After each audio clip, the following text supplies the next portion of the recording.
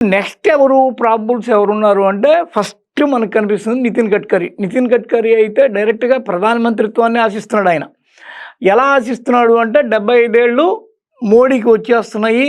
ఎప్పుడైతే మోడీకి 75 ఏళ్ళు కంప్లీట్ అవుతాయో ఆయన రాజకీయ పదవులు ఇలాంటి ప్రభుత్వ పదవులకి అనర్హుడవుతాడు. బీజేపీ తనకు తాను రాసుకున్న రాజ్యాంగంలో ఆర్ఎస్ఎస్ కూడా దానిలో కొద్దిగా పార్టిసిపేషన్ ఉంది కాబట్టి మోహన్ భగవత్ అన్న కామెంట్లను బట్టి చూస్తే 75 ఏళ్ళు పూర్తయిన వాళ్ళు కొద్దిగా పక్కకు తప్పుకొని ఇతరులకు అవకాశం కల్పించాలనే కోణంలో నెక్స్ట్ ప్రధానమంత్రి ఎవరు ఎన్డీఏకి అంటే ఫస్ట్గా వినిపించేది ఆర్ఎస్ఎస్ ముద్దుబిడ్డ నాగపూర్ ఎంపీ అయిన నితిన్ గడ్కరీ. ఆయన ప్రస్తుతం రవాణా శాఖ మంత్రిగా ఉన్నాడు కేంద్రానికి.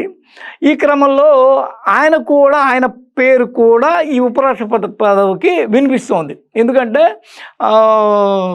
ఆర్ఎస్ఎస్ ఉండేదే నాగపూర్ హెడ్ క్వార్టర్ అది. నాగపూర్ కాకుండా మోడీ ఎప్పుడైతే ప్రధాని అయ్యాడో అప్పటి నుంచి మొత్తం ఈ గ్రావిటీ అంతా గుజరాత్కి వెళ్ళినట్టుగా తొలి రోజుల్లోనే అనుకున్నారు 11 ఏళ్ల క్రితమే.